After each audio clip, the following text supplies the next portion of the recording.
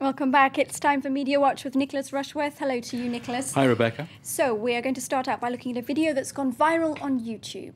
Well, that video is being covered in the Wall Street Journal. I'll go to that paper first, which is saying that the video, before we have a look at it, is drawing clicks, a lot of clicks, 400,000 just till Sunday, and also critics. So the Wall Street Journal there in this piece we can see is saying that the city of Houston spent $180,000 earlier in the year to come up with some 6 minutes of suggestions to help people. How would you respond in an attack of a mass shooting? Say you were in the theater in Aurora, Colorado, or in what we've been hearing on Sunday, this terrible attack in Wisconsin in the Sikh temple. So the video, as we can see here, which has got some very tough moments in it, does give concrete advice, and it's saying run, hide, fight. The last thing you should do is fight is the least option. But it's saying run and hide. Now, that sparked a debate. There you can see some topical tips there for viewers of that 6-minute video saying, well, perhaps you should run. When you do hide, turn off your cell phone, turn off the vibrator device on the cell phone and so on. So tips. But I mean, I found this amazing because it reflects a sense of desperation. How can you possibly have a video to combat madness, total craziness? I mean, so that obviously is provoking debate in America because the pro-gun lobby is saying, no, that video does not mention the fact that you have the right to shoot back. So, of course, that's sparking the debate that's gone on for decades in the States about... Of course, you happen to be carrying a gun on you, well, which yeah, in many of these circumstances, I guess you wouldn't be. Under the Second Amendment of the U.S. Constitution, you have the right to defend yourself. So there are people, obviously, the gun lobby, who are arguing that you must do that, and a lot of people feel they should. Obviously, America's very different to the rest of the world on this, but it's something that is picking up a debate. But it's something that is also very powerful for us here in Europe, because we know we've had the Norway massacre with Anders Behring Breivik as well. So, I wanted to start out with that video. Barack Obama now currently speaking, saying American leaders must find a solution to end this kind of violence. It is difficult with a video of this nature, though, isn't it? Because every set of circumstances under which a tragedy like this happens is different. Totally. And that was the reaction from one of the police officials in Aurora. Remember the Batman massacre last month? In Aurora, the one saying, yes, make the video, but does one size fit all? How can you possibly have advice that will fit in these crazy situations?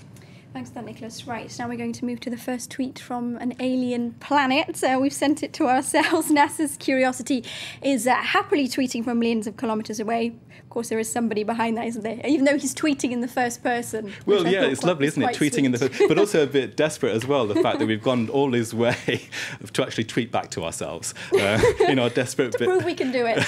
In our desperate bid to find life out there. And that's in Mashable. Here we can see that page there. The tweeting truck lands on Mars and internet explodes with joy. And the tweets, obviously, the technology on this vehicle is huge, and one of the first things it's been doing has been tweeting as it was landing, but also afterwards and subsequently. And you can go to the site for that on Twitter, Curiosity Rover. This is the very first tweet from the planet Mars. I'm safely here. Hello. Gale Crater, I am in you. You can see that. It's a proud day for Twitter as well, I guess, isn't it? Big day, yeah. And those tweets will be coming through here. Another tweet from Curiosity Rover on Mars. It was once one small step, now it's 6 big wheels. Here's a look at one of them. And so there, that first photo there. So the first twit pic as well. I'm pleased to see he has a sense of humour, doesn't he? Well, hopefully there'll be more jokes. But lots of fun. I like the jokes I saw on Twitter about this. This is a bit of a warning for cat lovers here. If you're a cat lover, there's a dead cat joke coming up. There was life on Mars, indeed, a single feline, and the NASA rover only went and landed right on it.